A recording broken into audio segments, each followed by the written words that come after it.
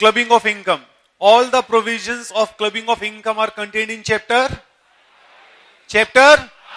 5. Set off under chapter 6. Deduction under chapter 8. Brilliant. Chapter 5 clubbing. लेकिन 2-3 section अगर हम याद रखें क्लबिंग के तो बेनिफिशियल हैं, जैसे कि minor child section 64 subsection 1 capital A, exemption of minor child of 1500 under section 10 clause 32 and wife clubbing, obviously wife की नहीं, वाइफ की इनकम की, मतलब वो तो शादी के टाइम पे क्लब हो ही जाती है साथ साथ, लेकिन वाइफ की इनकम की बात कर रहे हैं हम। स्टार्ट। सबसे पहला पॉइंट अपने सामने पढ़ना स्टार्ट करो, चलो बुक में देखो। If any asset is transfer to spouse, asset is transfer to spouse, book में ध्यान से चेक कीजिए। अगर आपने कोई एसेट गिफ्ट की है आपने, तो उस एसेट की इनकम वापस आपकी इनकम में क्लब होगी। याद रखिएगा, आपने 5 लाख रुपए दिए और वाइफ ने अपने 10 लाख रुपए लगाए, टोटल 15 लाख रुपीज वाइफ ने बिजनेस में इन्वेस्ट कर दिए, आपने 5 लाख दिए, वाइफ ने 10 लाख अपने इन्वेस्ट किए, टोटल 15 लाख रुपीज वाइफ ने कहीं बिजनेस में डिबेंचर्स में इन्वेस्ट कर दिए। उस 15 लाख पर जो इनकम आएगी वो सारी इनकम क्लब नहीं होगी। कितने पर इनकम क्लब होगी वहां पर? 5 लाख पर। कंसंट्रेट 5 लाख पर जो इनकम है सिर्फ उसी को क्लब करके चलेंगे यहां पर हम, जो आपने ट्रांसफर की थी आपने asset. Keep it in mind. अगर आपने हाउस गिफ्ट किया था तो उसके लिए हाउस प्रॉपर्टी में सेक्शन कौन सा है? 27। वहां पर हस्बैंड को डीम्ड ओनर मान लेते हैं, स्पाउस को, ऑटोमेटिकली इनकम आ जाती है वहां पर। करेक्ट पॉइंट यहां पर। चलिए, लेकिन याद रखिएगा, relationship at the time of transfer as well as at the time of accrual of income दोनों टाइम पर एग्जिस्ट करना चाहिए। यानी कि अगर आपने शादी से पहले से ट्रांसफर कर दी थी तो क्लबिंग नहीं होगी, शादी के बाद ट्रांसफर की थी लेकिन डाइवोर्स हो गया, उसके बाद इनकम आई, तब भी क्लबिंग नहीं होगी आपकी। Next, 64 subsection 1 capital A, minor child. Keyword से स्टार्ट होता है ऑल इनकम्स, यानी कि चाहे आपने एसेट गिफ्ट की है, चाहे नाना दादा आउटसाइडर अंकल किसने भी गिफ्ट की है, वो पेरेंट्स की इनकम में क्लब होनी है। कौन से पेरेंट्स की इनकम में क्लब होनी है? जिसकी इनकम ज्यादा है। इसका मतलब जब हम क्वेश्चन करने लगे तो ये माइनर चाइल्ड की इनकम छोड़कर और जो इनकम क्लब होनी है, जो भी काम होने हैं, वो सारे इनकम कंप्लीट कर लें एंड देन कंपेयर कि किसकी इनकम ज्यादा है। याद रखिए, क्वेश्चन अगर कुछ भी ना कहे तो आपको ये अजम्पशन जरूर लिखकर आनी चाहिए।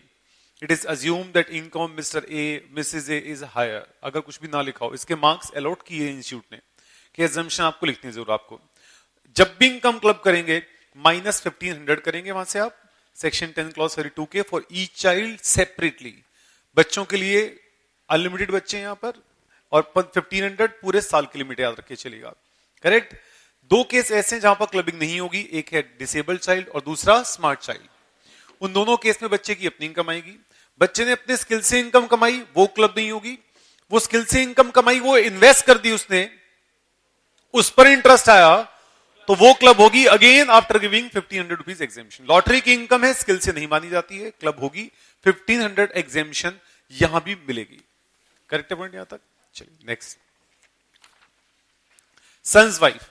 मेजर चाइल्ड को ऐसे ट्रांसफर करते हैं, कोई क्लबिंग प्रोविजन एप्लीकेबल नहीं है, लेकिन सन्स वाइफ को ऐसे ट्रांसफर करते हैं तो क्लबिंग प्रोविजन एप्लीकेबल है। डायरेक्टली इनडायरेक्टली ट्रांसफर करें फर्क नहीं पड़ता, अगेन जितना आपने ट्रांसफर किया था उसी पर अमाउंट आपका क्लब होकर चलेगा यहां पर। नेक्स्ट, आपने एसेट ट्रांसफर नहीं की, उसकी इनकम ट्रांसफर कर दी। आपने कहा एफडी मेरे नाम में ही है, लेकिन बैंक को यह कह दिया आपने कि एफडी पर इंटरेस्ट किसी को दे दीजिएगा, तो क्या हुआ? मेरी इनकम है इंटरेस्ट की यहां पर। करेक्ट। मकान मेरे नाम में, मैं कह दूं कि रेंट किसी और को मिलेगा, तो क्या हुआ? मेरी इनकम है वहां पर वो। Next, revocable transfer. रिवोक का मतलब कैंसिल करना। रिवोक तब मानते हैं अगर आपने कंप्लीट ट्रांसफर ना की हो। अगर आप ये कह देंगे कि इस एसेट का कोई भी हिस्सा मेरे पास आ सकता है, इस एसेट की इनकम मेरे पास आ सकती है, ये एसेट कभी भी वापस ले सकता हूं, कोई भी कंडीशन है, तो वो रिवोकेबल ट्रांसफर है, यानी कि ट्रांसफर नहीं है। उसकी इनकम ट्रांसफर की इनकम में ही क्लब होनी है आपके साथ साथ। लेकिन एक कंडीशन की परमिशन है, वो है डेथ।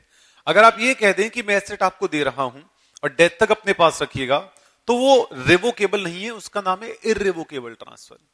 तो डेथ तक रिसीवर के हैंड में टैक्सेबल रहेगी, उसकी डेथ के बाद जब एसेट वापस आ जाएगी तो आपकी इनकम में वापस से टैक्सेबल हो जाएगी। करेक्ट। Next, spouse. अगर इंडिविजुअल किसी ऑर्गेनाइजेशन का ओनर है या उसका सब्सटेंशियल इंटरेस्ट है, सब्सटेंशियल इंटरेस्ट कब होता है? जब उसका 20% और मोर वोटिंग पावर होती है, ओनरशिप होती है along with relatives. In that situation, जब भी ऐसे ऑर्गेनाइजेशन से जहां पे इंडिविजुअल ओनर है या उसका सब्सटेंशियल इंटरेस्ट है, स्पाउस को रेम्यूनरेशन मिलेगा नॉट ड्यू टू स्किल्स, तो रेम्यूनरेशन वापस से इंडिविजुअल की इनकम में क्लब हो जाएगा। क्लब कहां पर करेंगे? Under which head? Under head salary. याद रखिए क्लबिंग का मेन रूल है, रिसीवर की इनकम में देखिए अंडर एप्रोप्रिएट हेड कंप्यूट कीजिए and then club the income in the hands of transferor under the same head. Correct है यहां तक? नेक्स्ट,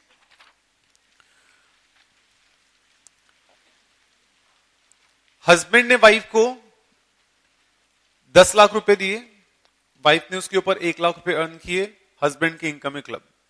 1 लाख रुपए फर्दर इन्वेस्ट हो गए आपके, उस पर इंटरेस्ट आ गया, वो क्लब नहीं होंगे आपके वाले।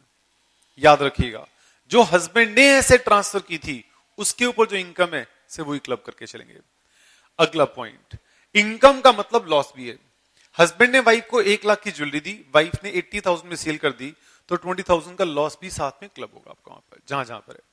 याद रखिए, वैसे तो ट्रांसफरर से टैक्स मांगना है, लेकिन अगर ट्रांसफरर को ना पकड़ सके तो ट्रांसफरी से भी टैक्स डिमांड कर सकते हैं यहां पर। ओके, प्रेजेंटेशन के लिए याद रखिए, इस चैप्टर में नोट्स के मार्क्स हैं, जितने नोट्स लिख सकें। सेक्शन ना याद रहे, चैप्टर 5 लिखिए, सेक्शन 64 लिखिए, जितना हो सकता है उसको एक्सप्लेन कीजिए कि आप क्यों ऐसा काम कर रहे हैं, अजम्पशन क्या क्या लेके चल रहे हैं, that will hold the key in chapter clubbing. Correct.